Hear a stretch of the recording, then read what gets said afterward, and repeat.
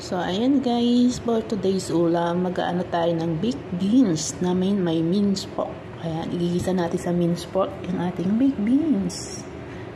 Ayan. Pagkatapos, gagawa tayo ng orange bongkan juice. So, ayan guys, yung aming hapunan guys.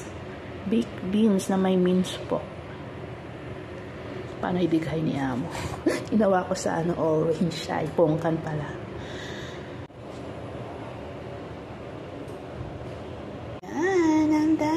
Juice.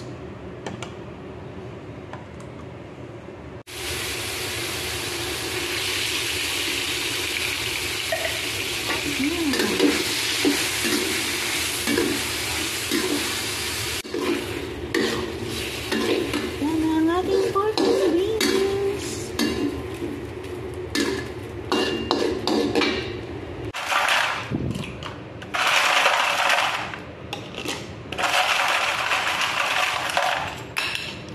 Nalagyan.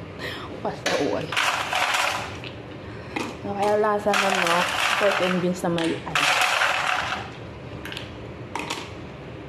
So, ayan guys, yung aming hapunan guys.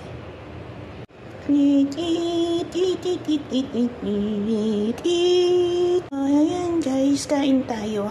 Bibigay natin siya kay Amo yung sibuyas bawang. Kasi hindi natin siya kinakain.